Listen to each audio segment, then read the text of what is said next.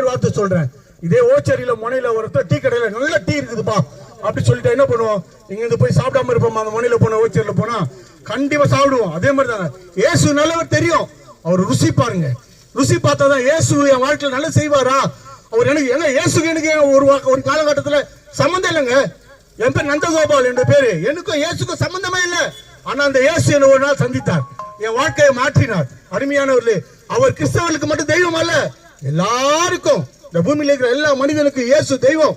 அவர் உதவி செய்கிறவர். நம்ம வாழ்க்கையில என்ன ஒண்ணா கேட்டாலும் தேவைகளும் அவர் நம்மளுக்கு உதவி செய்வார். தேவைன்னா அவர் கூப்பிட்டா போதுங்க, அவர் கூப்பிட்டா போதும். ஒரு ஆபத்துல ஒரு பிரச்சனை நம்ம கூப்பிடுவோம்ல, ஒரு பிரச்சனை நமக்கு நடந்தா யாரை பண்ணுவோம், யாராவது என்ன ஹெல்ப் பண்ணுவாங்களா? ஒரு செல்போன் இருக்கு நம்ம கிட்ட, தின் காண போயிடுச்சு, பக்கத்துல ஒருத்தர் பார்க்கும் செல்லு கொடுப்போம், ஒரு போன் பண்ண வீட்டுக்கு கேட்போம்ல, ஒரு ஆபத்து தானே. அருமையான அதே போல ஒரு ஆண்டவர்கிட்ட ஒரு பிரச்சனை கேட்கலாம்.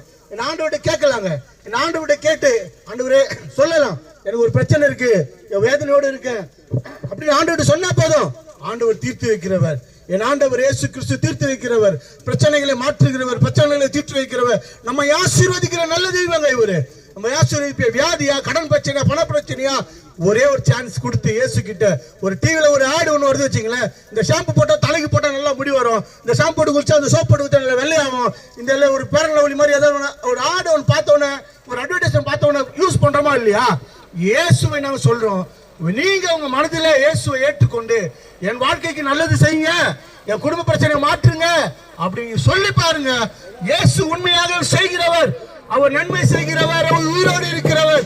இந்த இயேசு ஒரு நாளும் நம்மளை கைவிடாத தெய்வம், இந்த இயேசு ஒரு நாளும் கைவிடாதவர், நமக்கு உதவி செய்கிற. அருமையானவர்களே, நாங்க இங்க தர்ம நிதியில ஒரு சர்ச்சில் இருந்து வந்திருக்கோம். சர்ச்சுடைய பெயர் தூய பவுல் ஆலயம். பாஸ்டர் மணிகண்டன் இருக்காங்க. தூய பவுல் ஆலயம் பாஸ்டர் மணிகண்டன் இருக்காரு. நீங்க அங்க ஞாயிற்றுக்கிழமை ஆராதனை நடக்குது, 9:30 மணிக்கு அங்க ஆராதனை நடக்குது சபையில.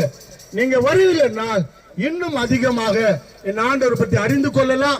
இந்த இயேசு உங்களை அழைக்கிறார். நாங்க உங்கள் சொந்தங்களாக, சொந்த பந்தங்களாக, நண்பர்களாக, உறவினர்களாக அழைக்கிறோம். நீங்க வாங்க. ஏதோ தெருவில் நின்று பேசணும்னு சொல்லிட்டு இந்த வார்த்தையை நீங்க லேசாவும் சாதாரணமா எடுத்துக்காதீங்க. ஒரு பொருளை காசு கொடுத்து வாங்கினாதான் வேல்யூ தெரியும்ல. ஆனா இலவசம் வந்து சாதாரணமா நீ விட்டுறாதீங்க. என் ஆண்டவர் இயேசு உங்களை நேசிக்கிறார். சந்தோஷம் வேண்டுமா, சமாதானம் வேண்டுமா, இயேசுவிடம் வாருங்களே. துன்பங்கள் நீங்கிற, துயரங்கள்